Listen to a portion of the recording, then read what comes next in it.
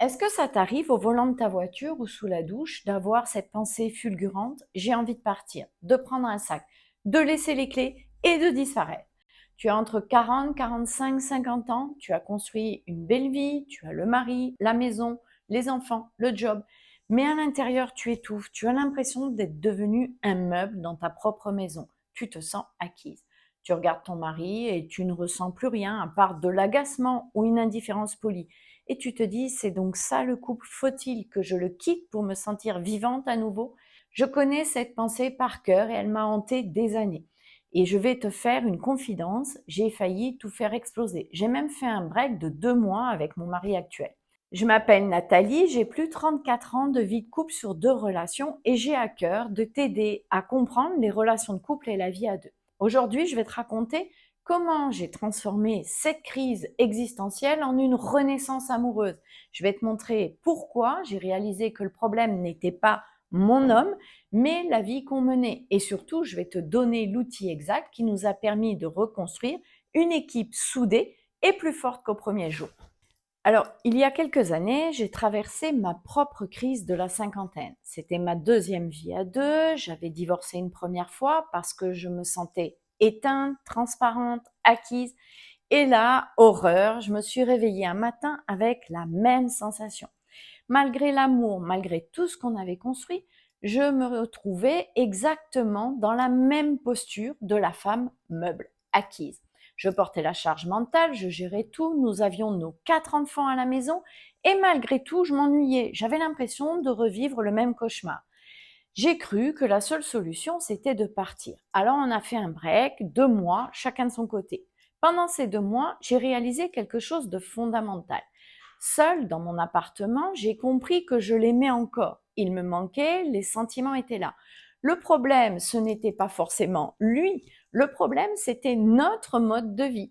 C'était la routine qui m'étouffait, pas mon conjoint. C'était les rôles qu'on avait endossés sans s'en rendre compte. Moi, la gestionnaire de la PME familiale, lui, plus passif. Et tout ça, ça tuait notre amour. J'ai compris alors que si on se séparait vraiment, je ne ferais que fuir un problème que je reproduirais avec le prochain, comme cela se reproduisait avec le second. Le souci, c'était le contrat tacite de notre relation qui était périmé. Tu aimes ce type de contenu? Alors, abonne-toi et like pour m'encourager. C'est facile et c'est gratuit. Alors, c'est l'erreur que font 80% des femmes que j'accompagne. Elles confondent je ne supporte plus mon mari avec je ne supporte plus la vie qu'on a construite avec mon mari. Quand tu as 40, 50 ans, tu vis des transits astrologiques majeurs comme l'opposition d'Uranus. C'est une énergie de révolution. En fait, c'est une envie énorme de changement. Mais tu n'es pas obligé de changer de partenaire pour changer de vie. Et c'est justement pour ne pas se laisser envahir par le quotidien, par la routine, et tu en arrives à détruire ton couple, que j'ai créé le Club des femmes épanouies. Tu as le lien dans la description et tu verras, il y a toutes les infos. Quand mon conjoint et moi, nous nous sommes retrouvés après ce fameux break, on s'est dit une chose, ok, on s'aime, mais on ne peut plus vivre comme avant. Si on recommence, on doit tout changer. On a décidé de ne plus subir notre couple, mais de le piloter comme une entreprise à succès. On a décidé de former une vraie équipe. Alors, comment on a fait concrètement? On n'a pas juste fait des promesses en l'air le soir du Nouvel An, par exemple.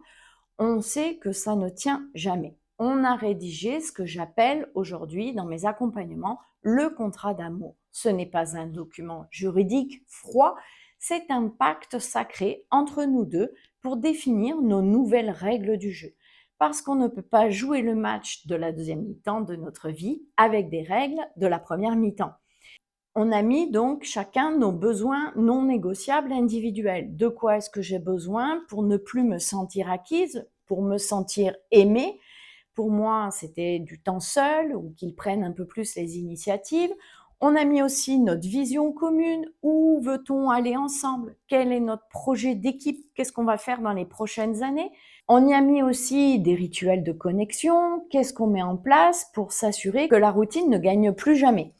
Et pour remplir ce contrat, sans se tromper, on a utilisé aussi nos thèmes astro. Pourquoi? Parce que pour que les résolutions tiennent, elles doivent aussi respecter notre nature profonde et celle de l'autre. Je savais, grâce à son thème, comment lui demander de s'investir sans le braquer, et il a compris, grâce à mon thème, que mon besoin de liberté n'était pas un rejet de lui, mais une condition pour me sentir vivante. Aujourd'hui, on est une équipe soudée, on prend soin de la relation au quotidien. Ce n'est pas magique, c'est construit. Je ne me sens plus jamais un meuble ou acquise, je me sens femme et partenaire. Alors si toi aussi tu as envie de tout plaquer, arrête-toi une seconde, respire, pose-toi cette question. Est-ce que je veux vraiment quitter cet homme ou est-ce que je veux quitter la fonction que j'occupe dans ce couple? Et c'est justement pour ne pas se laisser envahir par le quotidien, par la routine, et tu en arrives à détruire ton couple, que j'ai créé le Club des femmes épanouies. Tu as le lien dans la description et tu verras, il y a toutes les infos. Si tu sens qu'il y a encore de l'amour sous la poussière, ne jette pas tout. On va juste changer le contrat.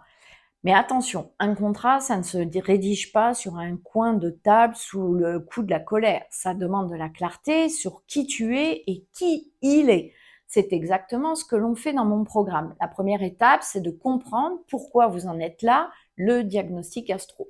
La deuxième, c'est de rétablir la connexion verbale et intime entre vous deux. Et la dernière étape, c'est de rédiger le contrat d'amour pour les 10 prochaines années. Tu as deux choix aujourd'hui. Continuer à subir jusqu'à l'explosion et un divorce coûteux et douloureux, ou faire ce break symbolique sans partir pour reconstruire les fondations. Si mon histoire te parle, si tu veux savoir comment rédiger ce contrat d'amour adapté à votre couple et à vos signes, j'ai ouvert des places pour un appel découverte. On verra ensemble si ton couple est en fin de vie ou s'il a juste besoin d'une mise à jour de logiciel. Le lien, il est juste en dessous dans la description. Dis-moi en commentaire si tu pouvais changer une seule règle dans ton couple aujourd'hui, ce serait laquelle? Abonne-toi pour ne rien rater dans les prochaines vidéos. À très vite!